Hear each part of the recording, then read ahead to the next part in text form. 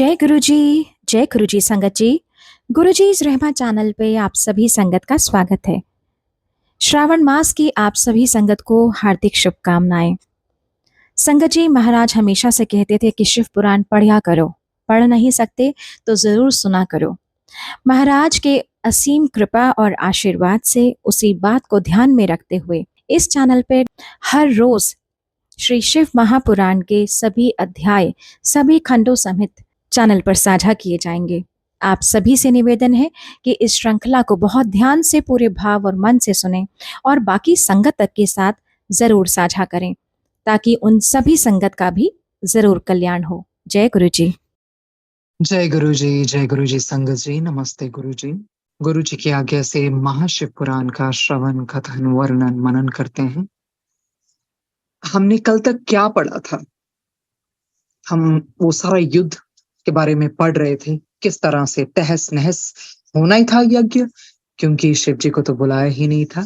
वीरभद्र ने यज्ञ देवता जो मृग का रूप धारण कर स्थान से भागे थे ना, उनको पकड़ लिया था वीरभद्र ने और मस्तक को धड़ से काट कर यज्ञ कुंड में डाल दिया था।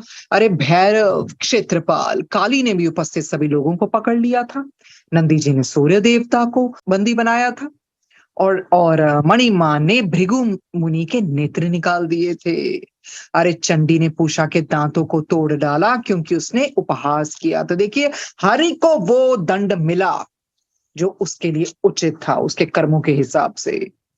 वीरभद्र दक्ष के मस्तक को यज्ञ कुंड में डालकर जला देते हैं। फिर क्रोध करके शरीर को काटते हुए कटे हुए शरीर के हिस्सों को कश्यप तथा धर्मराज के हाथों में रख देते हैं। और इस तरह से हमने देखा कि किस तरह से क्या क्या हुआ। अंगिरा ऋषि को लातों से मारा जाता है। कश्यप की पत्नी की नाक को नखों से काट डाला जाता है।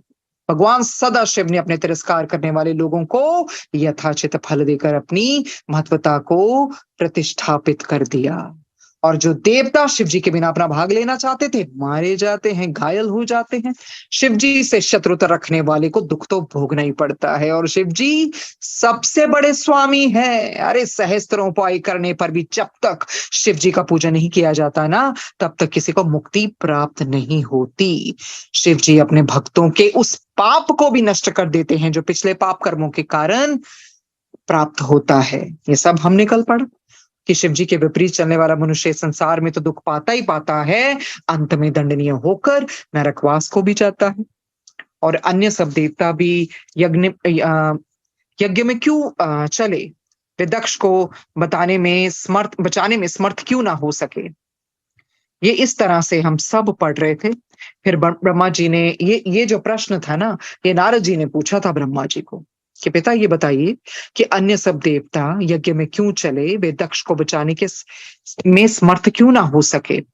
और ब्रह्मा जी ने फिर अपने पुत्र छू और दतीची का पूरा वृत्तांत सुनाया, जो हमने विस्तार पूर्वक पढ़ा और सुना भी।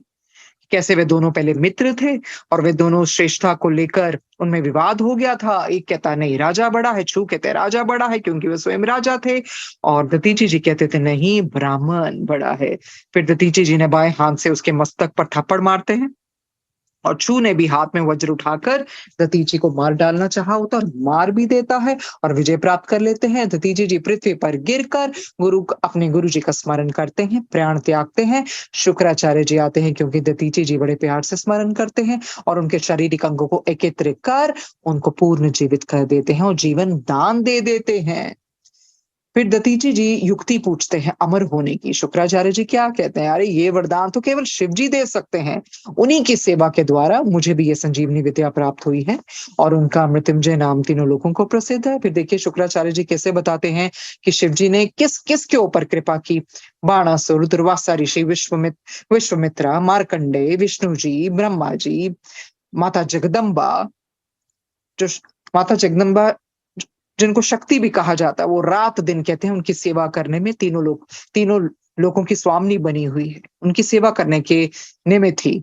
और फिर रामचंद्र, परशुराम, बलराम, विकट, अंगिरस, गौतम ऋषि, बृहस्पति, इंद्रदेव, मुनि, महाकाल, सब पर कृपा की है शिव जी ने।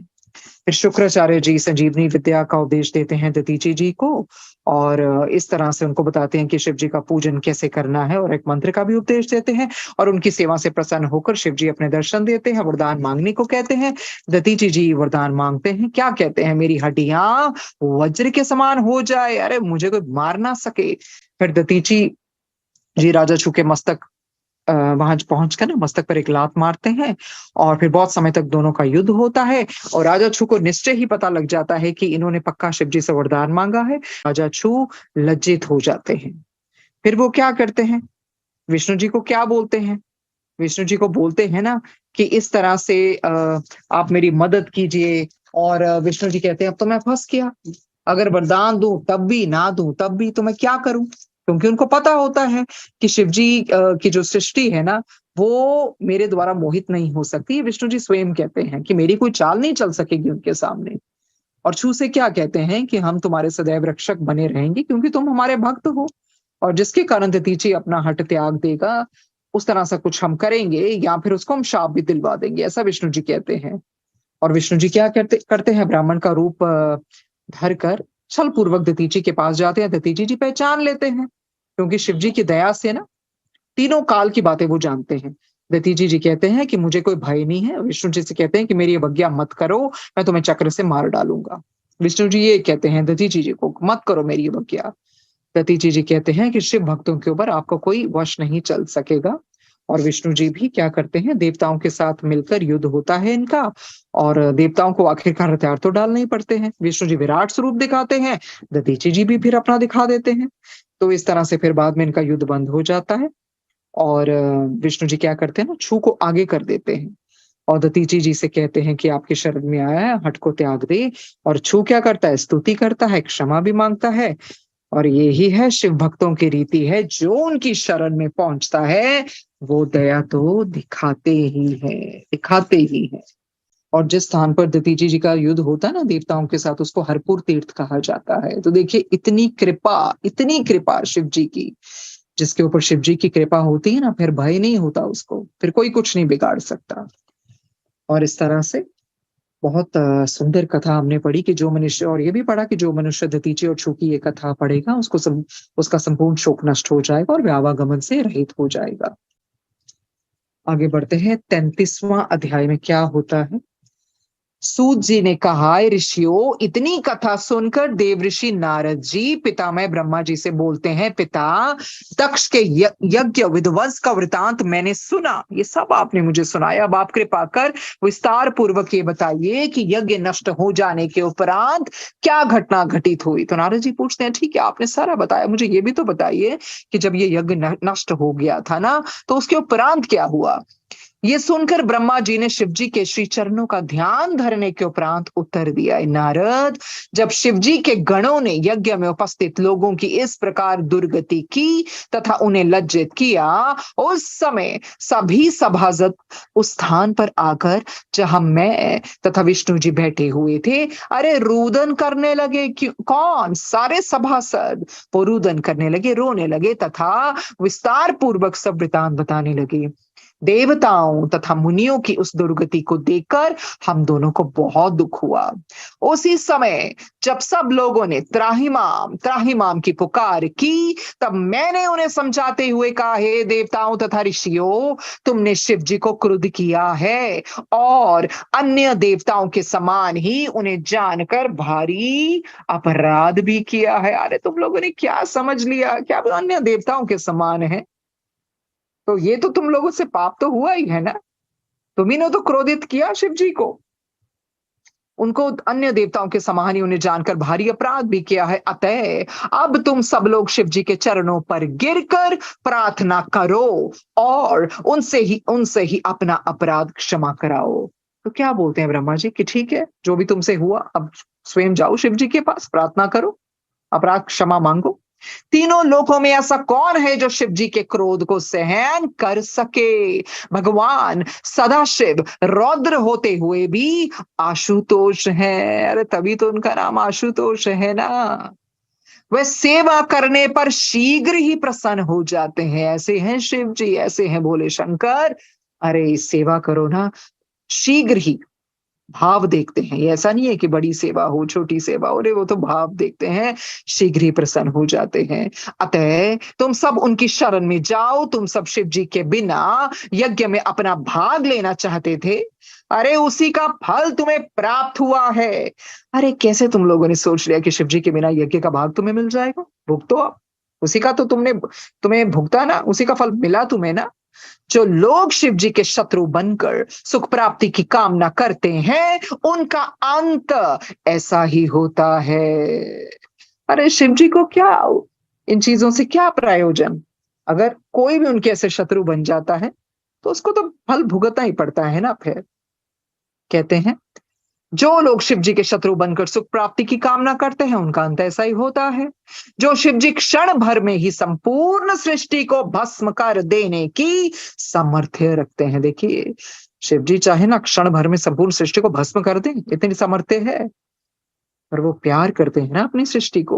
उनसे शत्रुता करके किस प्रकार सुख मिल सकता है? मैं भी दतीची के शाप के वशीभूत होकर उस यज्ञ में चला गया था। अस्तु, तुम लोग निश्चिंत होकर शिव जी की शरण में जाओ। देखिए ब्रह्मा जी समझाते हैं, अब जो हो गया वो हो गया, जो तहस नहस होना था वो हो गया, अब तो क्षमा मांग लो। अरे अब तो शरण में चले जाओ, वह तुम्हें अवश्य ही क्षमा कर देंगे। एक बात यह भी तुम्हें समझ लेनी चाहिए कि यदि शिव जी इस यज्ञ को नष्ट नहीं करते तो मनुष्य वेद की रीति को त्याग कर नास्तिक हो जाते। अतः उन्होंने जो कुछ किया वह उचित ही है। देखिए, जो कुछ भी होता है उनकी मर्जी से होता है, सब उचित ही था जो हुआ, क्योंकि तभी तो उस तरह का उदाहरण मिलेगा ना लोगों को कि शिव जी के विपरीत जाने का फल क्या होता है, कटु उनको शब्द कहने का फल क्या होता है। तो उस तरह से कहते हैं, वेद की प्रतिष्ठा को तो करना ही था ना फिर उस तरह से, नहीं तो वेद की रीति को त्याग कर मनुष्य त्याग देते और नास्तिक हो जाते, फिर कोई आस्तिक ना होता।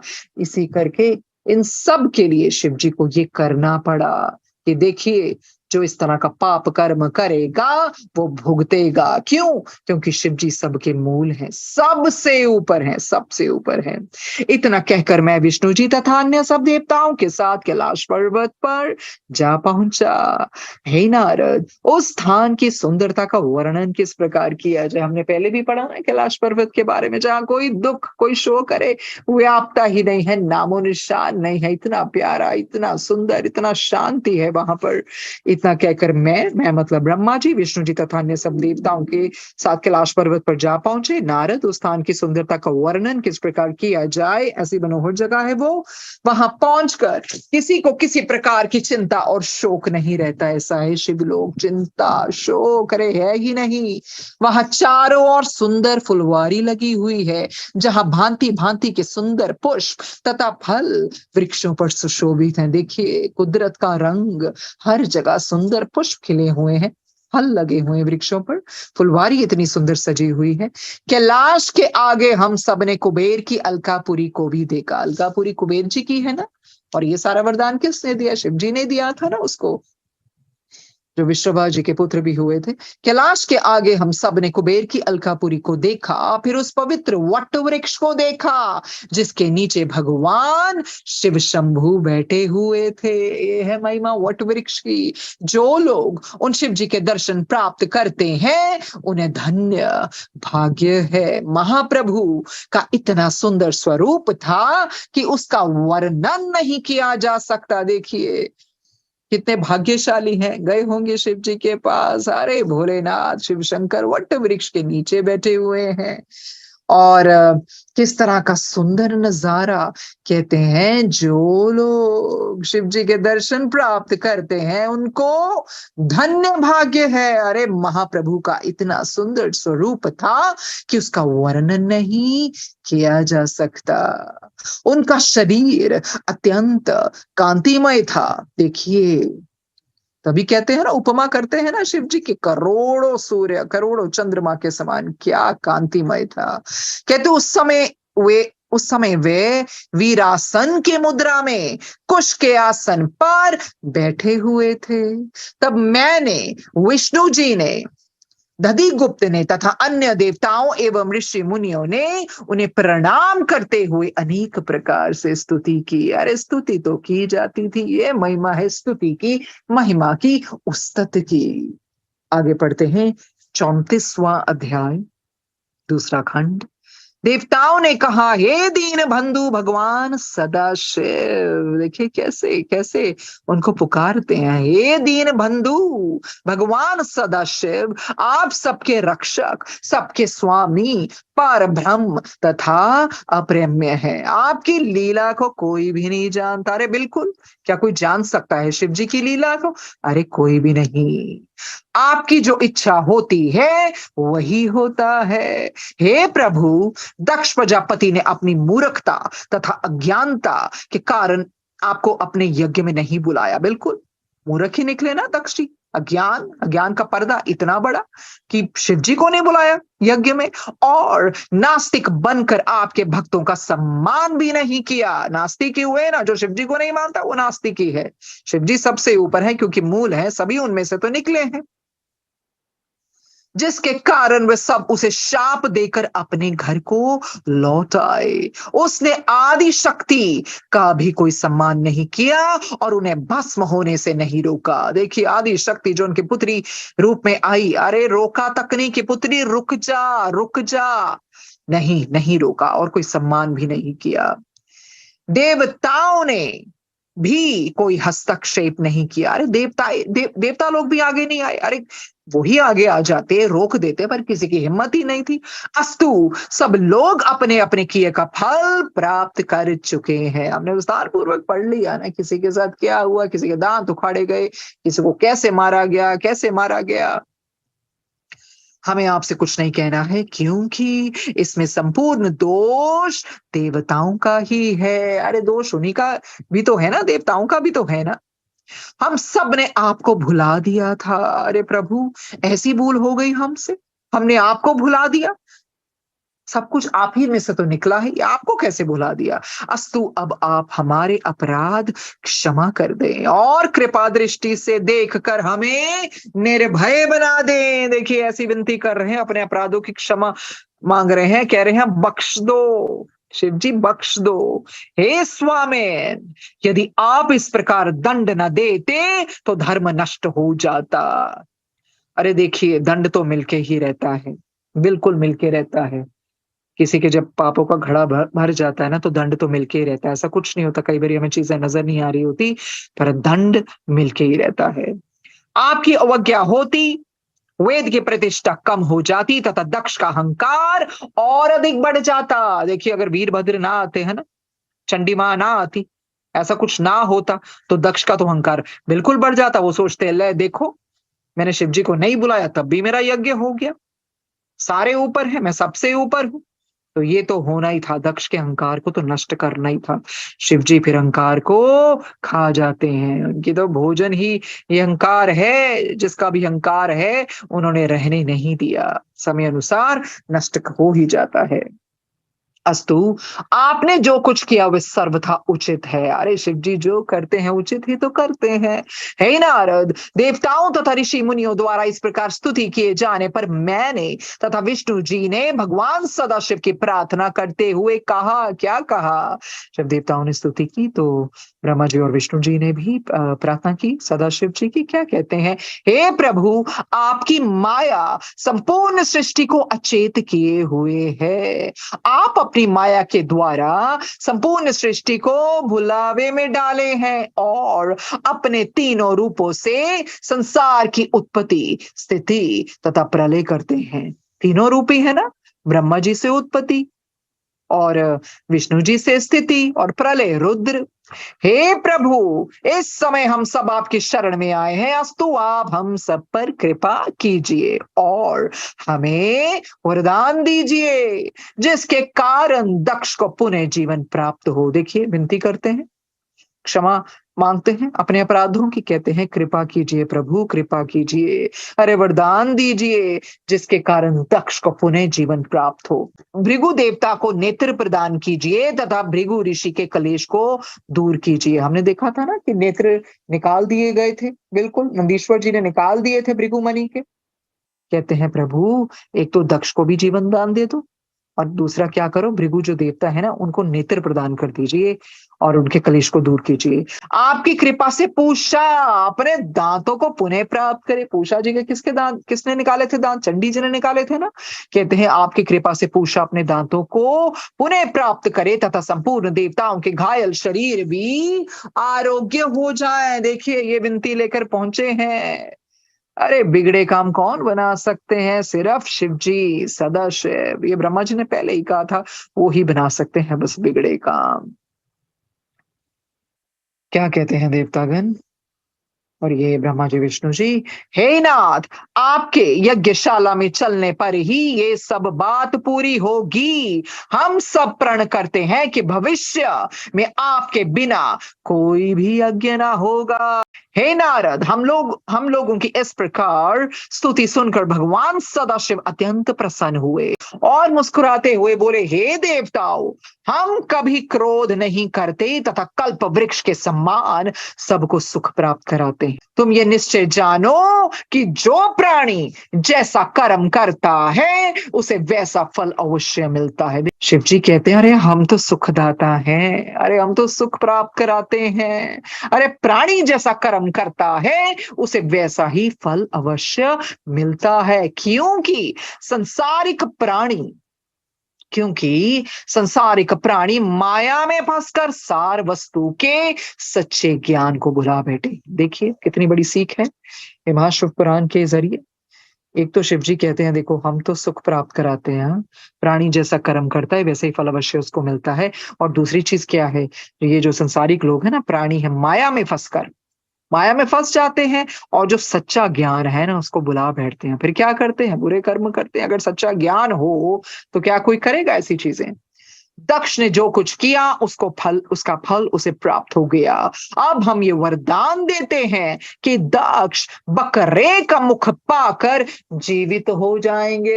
भृगु मित्र के नेत्रों से देखेंगे। जो भृगु जी के नयन निकल गए थे ना, आंखें निकल गई थे, वो मित्र के नेत्रों से देखेंगे। पूषा यजमान के दांतों से भोजन करेंगे तथा सभी देवताओं के शरीर स्वस्थ हो जाएंगे। इतना कहकर शिव जी मौन हो गए। उस समय सब देवता प्रसन्न होकर जय जयकार करने लगे तथा ये कहने लगे कि हे प्रभु, आप अब यज्ञ में अवश्य चलें, क्योंकि आपके बिना यज्ञ पूर्ण ना होगा। आप कृपा कर अपने भाग को स्वीकार कीजिए। देखिए पहले कैसे सब चले गए थे, सब अपना अपना भाग लेने चले गए। ये तो सोचा ही नहीं कि शिवजी महाराज तो आए नहीं है। इस प्रकार देवताओं ने जब प्रार्थना की तो शिव जी ने प्रसन्न होकर यज्ञ में चलना स्वीकार कर लिया। उस समय सबको अत्यंत आनंद प्राप्त हुआ। जिस समय शिव जी यज्ञ स्थल की ओर चले उस समय की शोभा ये थी, कोई देवता शिव जी पर चंवर ढुलाता था, अरे कोई छत्र लिए चल रहा था और कोई उनकी महिमा का वर्णन कर रहा था। देखिए कैसे मनाने गए सब शिव जी को और शिव जी मान भी गए। फिर ऐसे कोई चवर डुलाता था और कोई छत्र लेकर साथ में चल रहा था कि कोई तकलीफ ना हो प्रभु को, और कोई उनकी महिमा का वर्णन कर रहा था। तो आगे बढ़ते हैं, 35वां अध्याय, दूसरा खंड।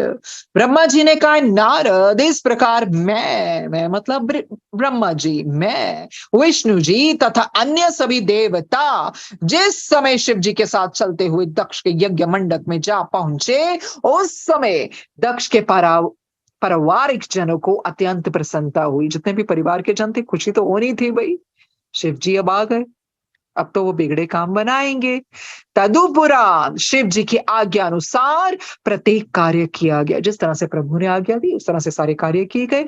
जब दक्ष के शरीर में यज्ञ पशु बकरे का सिर लगाया गया तो वह जीवित होकर इस प्रकार उठ खड़ा हुआ मानो अभी तक निद्रा में सो रहा था। देखिए प्रभु ने कहा कि बकरे का लगा दो, और जैसे ही वो सर लगाया ना तो ऐसे उठे कि जैसे लग रहा था कि नींद में थे, जैसे लगा कुछ हुआ ही नहीं है। अरे बकरे का मुख लगा दिया गया, जीवित हो गए।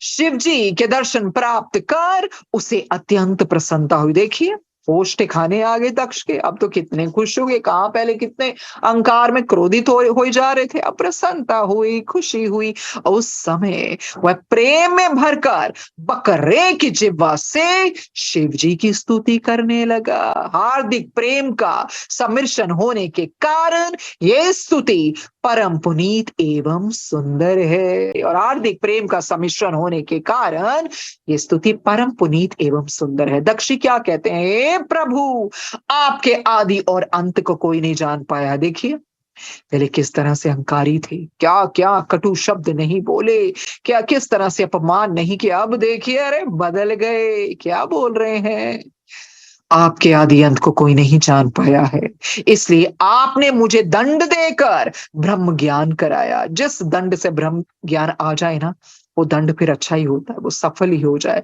जिसमें जो बुद्धि भ्रष्ट थी, हाँ, और बुद्धि को ज्ञान आ जाए तो इससे बड़ी बात क्या है फिर। तो वो दंड भी फिर उसके अमृत के समान ही हुआ ना। क्यों? क्योंकि ब्रह्म ज्ञान का रस पिला दिया।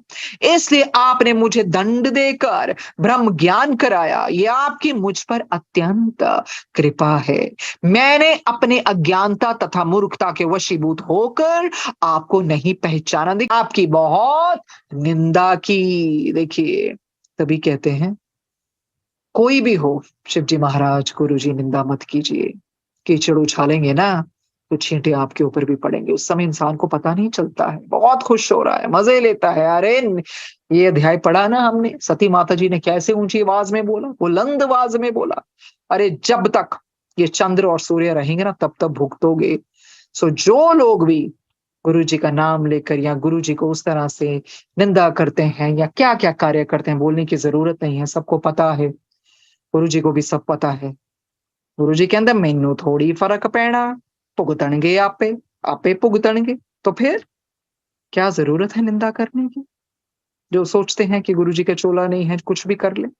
ये जो अध्याय हम पढ़ रहे हैं ना, जो गुरु जी पढ़वा रहे हैं और किस तरह से पढ़वा रहे हैं, ये सिर्फ पढ़ने के लिए नहीं पढ़वा रहे, ये इसलिए पढ़वा रहे हैं कि जानो कौन हूं मैं, क्या कर सकता हूं मैं और क्या नहीं कर सकता हूं मैं, यानी सब कुछ कर सकते हैं वो। सो दक्ष जी देखिए क्या कहते हैं, मैं अपने अज्ञानता तथा मूर्खता के वशीभूत होकर आपको नहीं मैंने पहचाना और आपकी बहुत निंदा की। अस्तु आप कृपा पूर्वक मुझे अपनी भक्ति का वर प्रदान करें। अरे दक्ष की स्तुति के उपरांत विष्णु जी ने कहा, क्या कहा, हे प्रभु, आपका यश अमृत के समुद्र के समान शुद्ध, शीतल एवं फलदायक है। उस समुद्र में हमारा मन हाथी के समान चिंता में जला हुआ जिस समय बैठता है, उस समय उसे बाहर निकालने की इच्छा नहीं होती। आप दया करके हमारे अपराधों को क्षमा करें। ब्रह्मा जी ने कहा, हे नाथ, संपूर्ण सृष्टि मुझे बुरा कहती है, परंतु आपका उपासक होने के कारण मैं किसी की बातों पर ध्यान नहीं देता। अरे सब लोग बुरा कहते हैं ना, सृष्टि किसने बनाई, ये कैसी सृष्टि है, तो क्या क्या नहीं सहना पड़ता ब्रह्मा जी को। अरे संपूर्ण सृष्टि मुझे बुरा कहती है, परंतु आपका उपासक होने के कारण मैं किसी की बातों पर ध्यान नहीं देता। क्यों? जो उपासना करते हैं ना शिव जी की, फिर वो किसी की बातों को ध्यान नहीं देते, उनका मन बस उन्हीं में रमा होता है। आगे पढ़ते हैं। ऋत्विज ने प्रार्थना की, हे प्रभु, हम आपको ना पहचान पाने के कारण शोक और चिंता आदि में पड़े हुए हैं। हमें आपको पहचाना ही नहीं, हम आपको पहचान नहीं पाए, इसी करके हमें शोक है, चिंता है, हम उसी में डूबे हुए हैं। आपका तेज और प्रकाश अत्यंत सुंदर है, अतः हम आपको सहस्त्रों बार प्रणाम करते हैं, सहस्त्रों बार।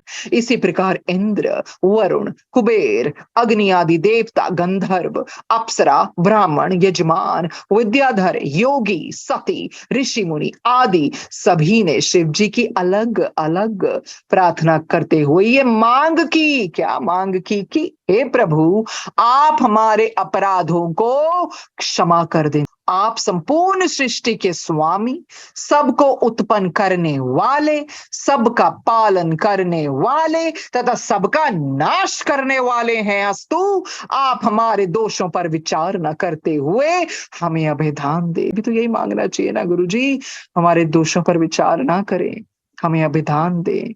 आप ही तो हैं उत्पन्न करने वाले, पालन करने वाले और नाश करने वाले। आगे बढ़ते हैं 36वां अध्याय।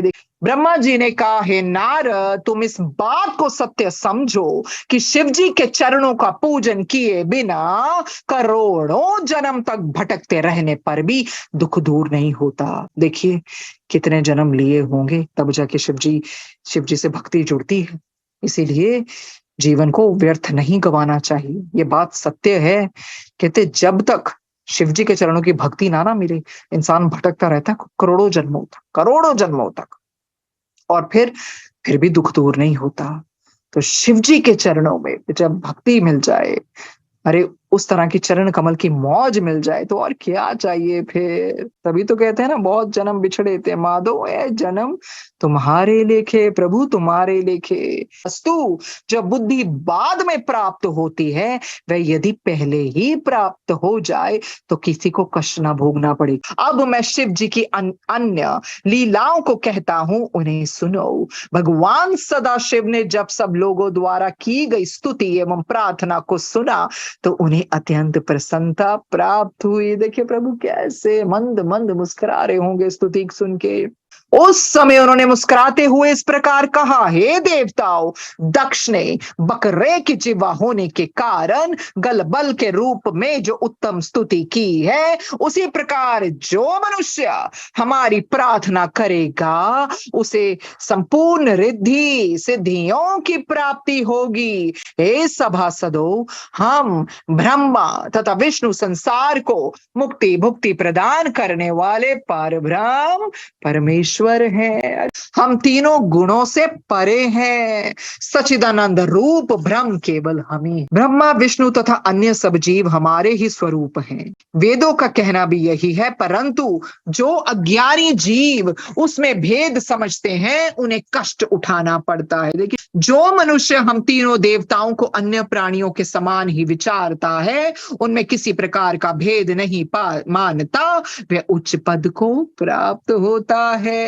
जो हम तीनों को भिन्न भिन्न करके देखता है, वह सहस्त्रों युगों तक शोक में डूबा रहता है।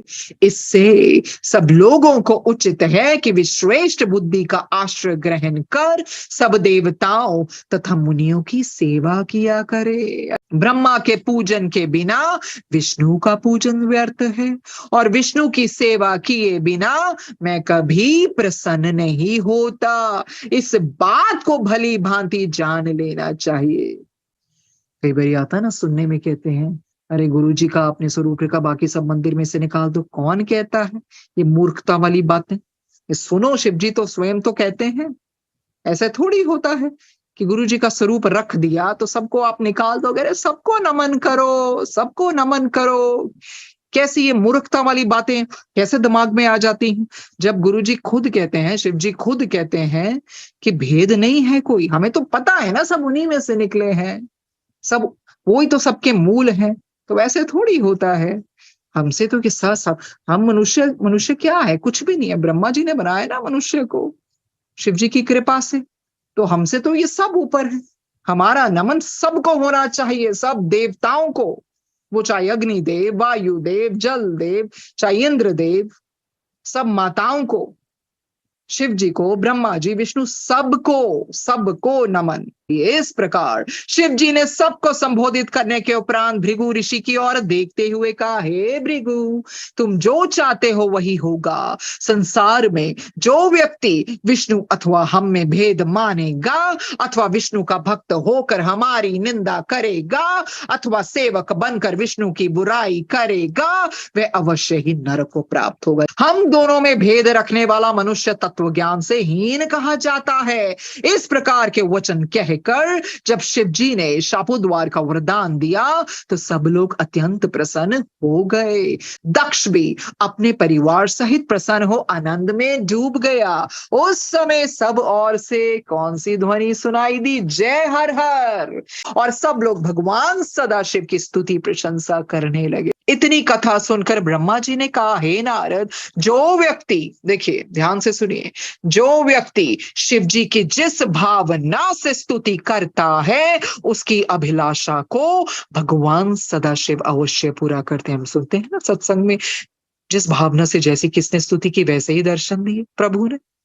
ये बात सब लोगों में प्रसिद्ध है कि भगवान सदाशिव की प्रशंसा से संपूर्ण सुखों की प्राप्ति होती है।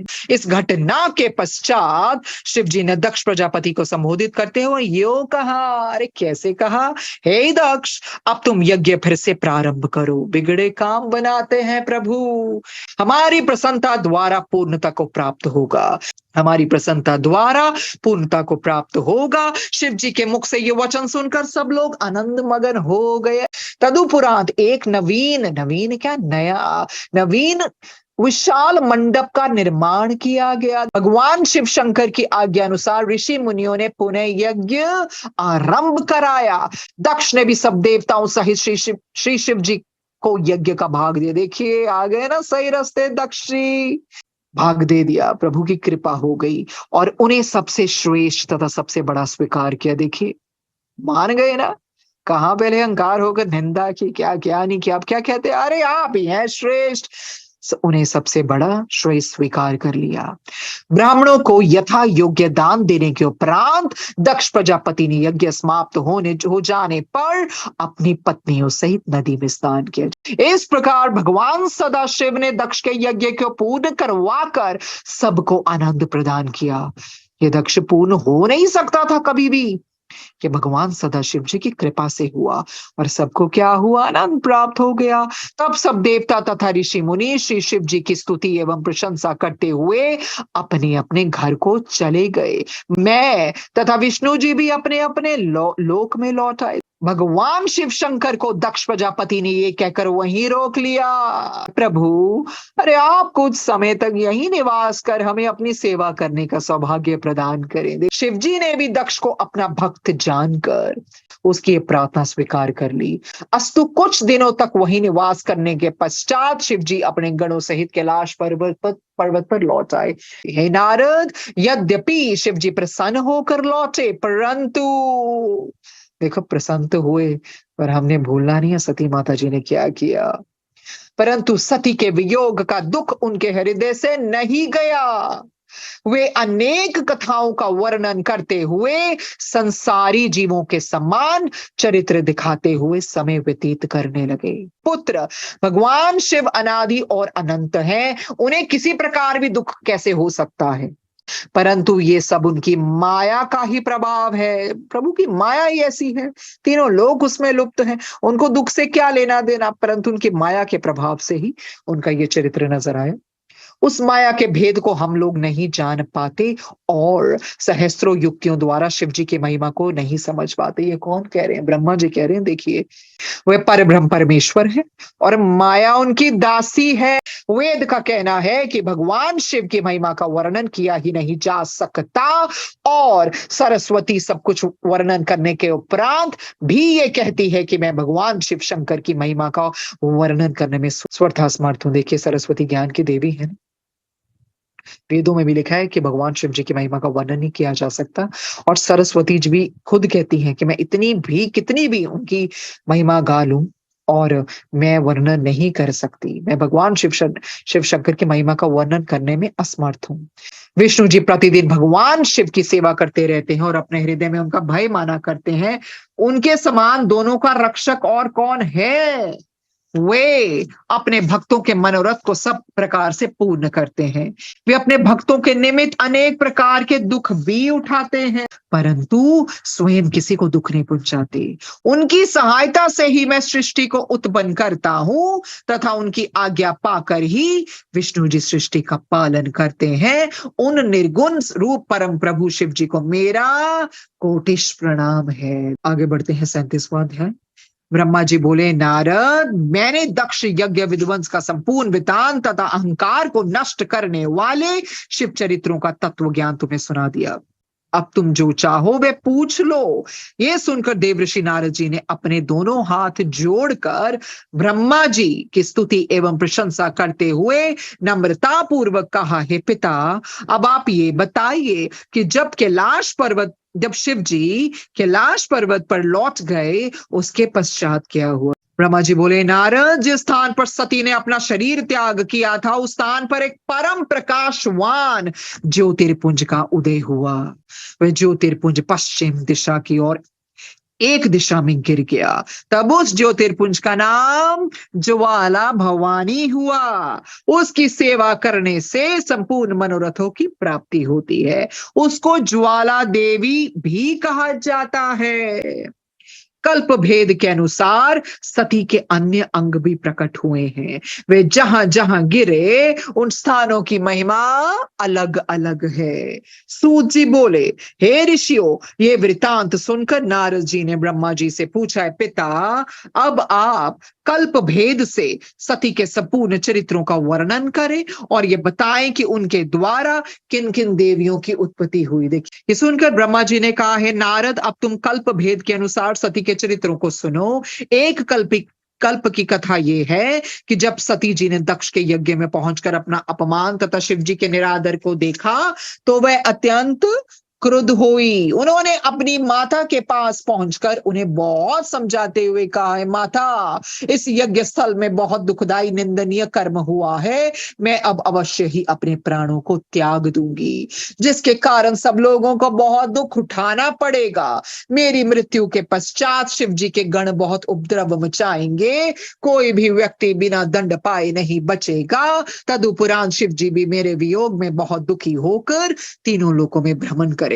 हे नारद, इस प्रकार की भविष्यवाणी कर सती ने उस स्थान से चला जाना चाहा, परंतु उनकी माता तथा बहनों ने उन्हें रोक लिया। उस समय सती जी योग धारण कर अंतर ध्यान हो गई और गंगा तट पर पहुंचकर स्नान करने के उपरांत नवीन वस्त्रों को धारण कर गंधमादन पर्वत पर जा पहुंची। वहां उन्होंने सर्वप्रथम शिव जी की पूजा की। तदुपरांत श्वास को ब्रह्मांड पर चढ़ाकर शरीर को त्याग पार ब्रह्म की ज्योति में लीन हो गई।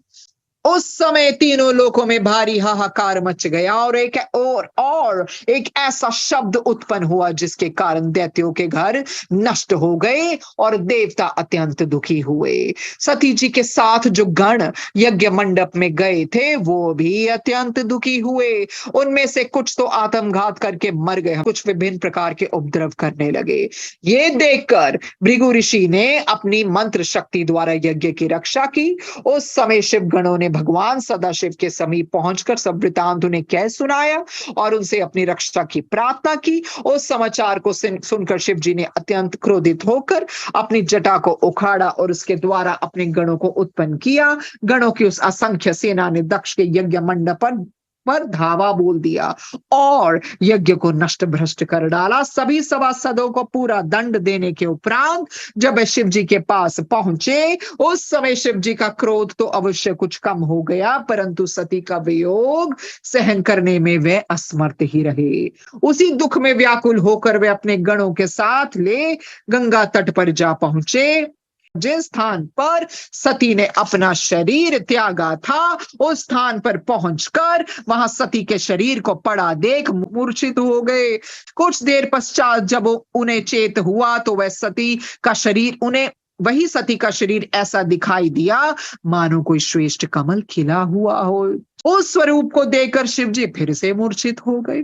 इसी का आश्रय लेकर उन्होंने ये भी प्रदर्शित कर दिया कि मोह सब दुखों का मूल है। देखिए, शिव जी को दुखों का प्रयोजन नहीं, इस तरह से दुख दिखाकर ना उन्होंने शिक्षा दी कि इस संसार में जो दुखों का मूल है ना, जो दुखों का कारण है वो क्या है? मोह। जब हमें मोह होता ना चीजों से तभी वो हमारे दुखों का कारण बन जाता है। तो ये शिक्षा देनी थी शिव जी ने। इतनी कथा सुनकर ब्रह्मा जी ने कहा, नारद, तुम इस संबंध में कोई संदेह मत करना। शिव जी की लीला अत्यंत विचित्र है। अस्तु। कुछ देर पश्चात जब शिव जी को चैतन्यता प्राप्त हुई तब वह अपने को निपट भागा अनुमान कर अधीर और निर्बल हो गए तथा किसी भी प्रकार संतोष धारण न करके जोर जोर से रोने चिल्लाने लगे। हे प्राण प्रिय, तुम्हारे तिरछे नेत्रों को देखे बिना मुझे बेचैनी हो रही है। भला तुम इतनी निष्ठुर कैसे हो गई? से बोलती तक नहीं हो इस प्रकार कहते हुए शिव जी ने सती जी के मृत शरीर को अपने हाथ से उठाकर हृदय से लगा दिया। तदुपरांत उसे बार बार छाती से लगाकर चूमने लगे। इस प्रकार अपने प्रेम को प्रदर्शित करते हुए वह फिर से मूर्छित हो गए। कुछ देर बाद जब उन्हें चेतनता प्राप्त हुई तब वे सती के मृत शरीर को अपने कंधे पर लाद कर घोर दुख उठाते हुए चारों ओर भ्रमण करने लगे। उन्होंने संपूर्ण देश, पर्वत, द्वीप, समुद्र, वन, लोकालोक, सप्त श्रृंग, पर्वत आदि संपूर्ण पृथ्वी का भ्रमण किया। तदुपरांत वे भरत खंड में आकर देव नदी के तट पर खड़े हो गए। उसी स्थान पर एक बरगद का बहुत बड़ा तथा श्रेष्ठ वृक्ष था। वही दौड़ दौड़ कर शिव जी ने रुदन करना आरंभ कर दिया। साथ ही सती, प्रिय आदि अनेक नाम ले लेकर वे सती को पुकारने लगे। उस समय उनके नेत्रों से आंसुओं की धारा बह निकली। किसके? शिव जी के आंखों से। हे नारद, जिस स्थान पर भगवान सदाशिव के आंसू गिरे वह स्थान नेत्र सरोवर नामक तीर्थ के रूप से प्रसिद्ध हो। जहां प्रभु के आंसू गिरे ना, तो स्थान को नेत्र सरोवर कहते हैं, तीर्थ के नाम से प्रसिद्ध है। उस तीर्थ में स्नान करके मनुष्य को अपने संपूर्ण मनोरथों की प्राप्ति होती है। वह स्थान तपस्वियों के लिए श्रेष्ठ तपोभूमि है। उस तीर्थ पर स्नान करने से संपूर्ण पाप नष्ट हो जाते हैं। उस सरोवर की लंबाई का 2 योजन है। अस्तु वहां कुछ समय ठहरने के पश्चात शिव जी फिर आगे चल दिए। मार्ग में चलते हुए जिन जिन स्थानों पर सती के मृत शरीर का जो भी अंग पृथक होकर गिर पड़ा, वह स्थान जहां पर सती जी का जो भी अंग गिरा था ना, वह स्थान सिद्ध पीठ के नाम से प्रसिद्ध हुए। उन सिद्ध पीठ स्थानों की पूजा करने से संपूर्ण मनोरथों की प्राप्ति होती है। उक्त स्थानों पर भगवती महामाया अपनी संपूर्ण कलाओं सहित निवास कर अपने भक्तों को सर्वस्व प्रदान करती है। इस प्रकार लीला करने के उपरांत शिव जी एक स्थान पर जाकर बैठ गए। सती के मृत शरीर का जो भाग शेष रह गया था, वहां उन्होंने उसका दाह संस्कार किया।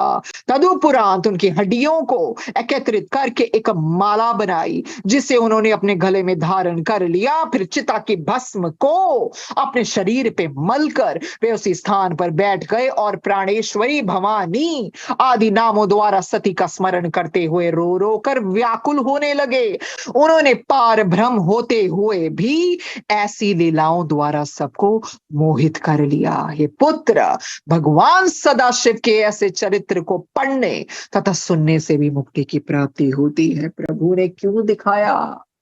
मोह ही दुखों का कारण है। रोते हुए प्राणेश्वरी सती कहां चली गई? तुम्हारे इतने प्यारे नैन, अब मैं किसको देखूंगा? इस तरह से देखिए, ये लीला ही थी उनकी, ये चरित्र। हमें देखिए शिव जी का कितना सुंदर चरित्र देखने को मिला ना। कितना प्यार करते थे सती को, किस तरह से शरीर पर लाद कर कहां कहां नहीं गए, जहां पर उनके अंग गिरे ना, वो शक्तिपीठ कहलाया। धन्यवाद करते हैं शिव जी महाराज को, सती माता जी को। गुरु जी हैं सबसे ऊपर। सब देवी देवताओं को नमन, संगत को नमन। इस प्लेटफॉर्म को सो कल आगे इसको लेके जाएंगे, किस तरह से हमें पता लगा सती जी ने कैसे दाह संस्कार किया। आगे पढ़ेंगे कल क्या होगा। धन्यवाद। शुक्राना गुरु महाराज, शुक्राना सोनिया आंटी आपका भी, जो इतने सुंदर महात्म्य का इतना विस्तृत रूप से आपने वर्णन किया है अपनी सुंदर सरल भाषा में।